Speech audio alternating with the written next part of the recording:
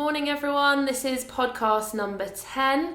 Last week we were speaking to Miss Douglas and talking about her experience with her YouTube channel and the skills that her daughter has developed through participating in that and developing her Oracy skills.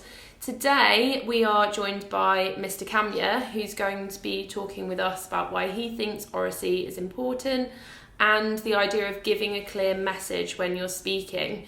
So obviously, in a lot of the examples that staff have given as to why it's important and where they've had to use it, actually that idea of being really concise and giving a clear message would be really important when you're communicating with other people. So that's what we're going to have a think about today. So morning, Mr. Camya.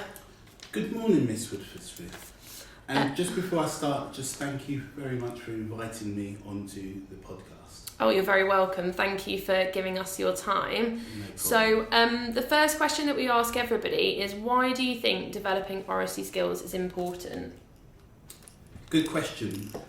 I think there's a simple answer to this. Oracy is about communication, and communication is needed for your personal, emotional and intellectual well-being. But there's a little bit more than that.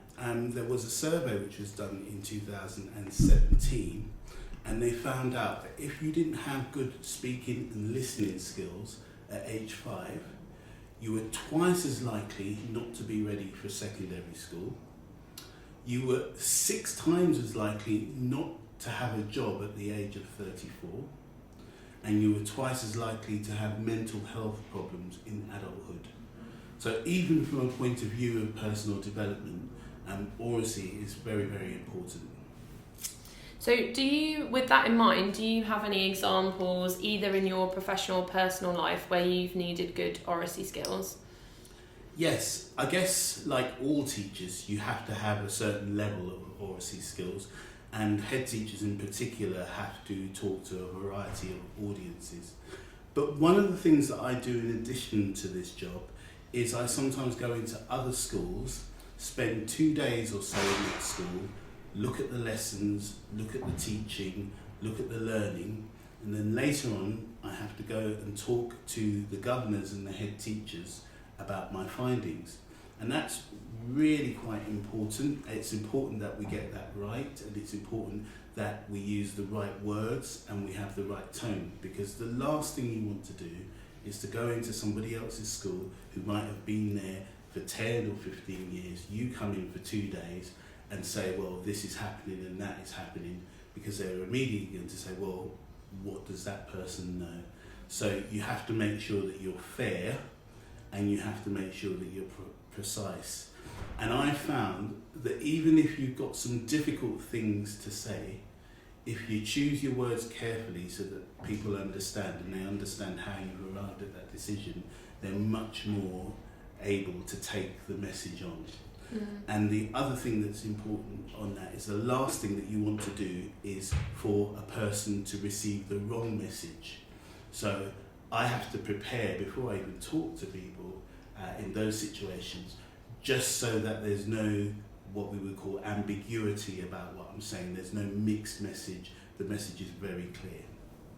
And I think actually even thinking back to some of the podcasts where we've talked about student relationships between sort of staff and students, and where things perhaps go wrong and some difficult conversations have to happen, I know that most staff will agree that they kind of think about before they engage in those conversations with students how they'd like the conversation to go, and thinking about what they're saying. So I think for those students that perhaps have engaged in restorative practices in the school with either other students or staff, that's also a really sort of important thing to consider, that actually when you've got to have a difficult conversation with somebody, being even more prepared than if you're having a kind of positive conversation, that's going to be even more important. Absolutely. And it's choosing your words carefully. If there's a word that can have 2 different meanings, you need to be absolutely sure that the person who you're talking to has received the meaning that you want them to receive and not the other one, because that brings confusion. Okay, and obviously we've briefly touched upon this. So as part of your role you deliver messages to students and staff and parents. What's your approach to delivering a clear message? I think the first thing that you need to do is to understand the audience. Talking to teachers is not the same as talking to students, it's not the same as talking to parents in many ways. So you understand your audience. And then I think the second thing to do is to think about what does the audience member, the average or the typical audience member, want to get from what I'm saying. So you kind of got to put yourselves, if you like, in their shoes and think, what do they want to get out of this? Because then that can help you plan what you're going to say. And then the third thing is, you need to think about what you want the audience to have got from your presentation or your talk at the end. So it's making sure you have a very simple, clear message that you want to articulate back to them, so that if they were asked, what was that talk about? What was that presentation about? They're all saying the things that you want them to say. Okay, and what strategies do you kind of use to prepare that, or to kind of, if you've got to deliver some important information or communicate things, what strategies do you use and what's their impact? Well, I enjoy reading. I read a lot of books, and one of the books I read over the past couple of years was by an Australian journalist, and his job was to interview presidents and prime ministers and members of important and big businesses, and he wrote a book about the sorts of things he had to do to ask the questions, the really tough questions, as he called them, that made those sorts of people uncomfortable. But he also learned what a really good answer was, and he kind of developed a strategy, a kind of communication strategy around having a framework for a really good way of presenting to people and a really good way of communicating.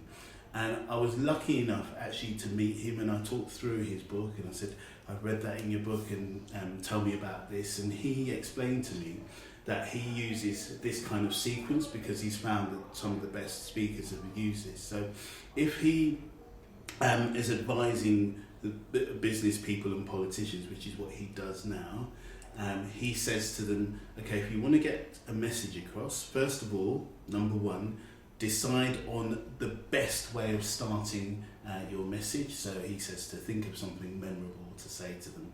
And then he says the next thing that you do is you be very clear about the things that you want the other members of the audience to get. So you must have 2 or 3 points and be able to say them in a sentence. So today, ladies and gentlemen, I'm going to share with you my thoughts on revision, for example. So be very clear about those thoughts. And then he says you take each one of those points and you give an example. So today I'm going to talk to you about revision. What do we mean by that? And give a concrete example. And he talks about where lots of people go wrong is that with the example, it's not concrete enough because it's rooted in the person's profession.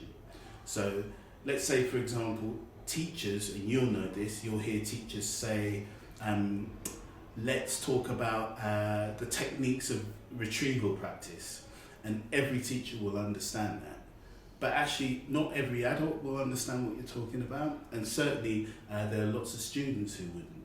So I would be looking at that and saying something like, today we're going to talk about ways of improving your memory or ways of testing your memory. It's a much more concrete idea. And he says that very often people, certainly teachers and other professions, talk in terms of concepts and ideas and not in terms of the real examples, real foundational examples that can capture the attention of people. So he says for each of your points, you go what he calls down the ladder of abstraction, right down to the concrete example, and then you go back up to your point and then you come down again. Once you've done that, he says you then tell people what you have told them. So today I have talked about revision, and then you try and end, if you can, with a memorable line.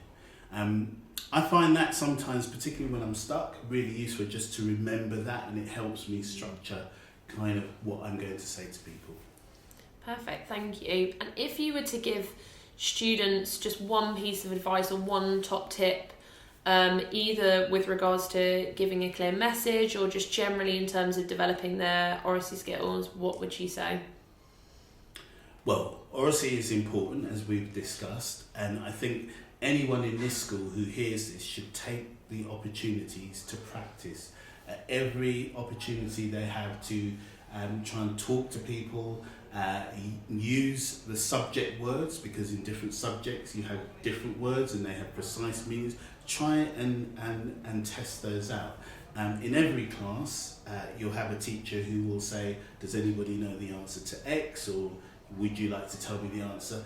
I would encourage people to take the opportunity, offer an answer, test it, see what the teacher says back, learn from it, because the more you practice, the more confident you get and the better it will be for you in later life. Absolutely, thank you very much. So thank you, Mr. Cameo, for joining us today. That was podcast number 10.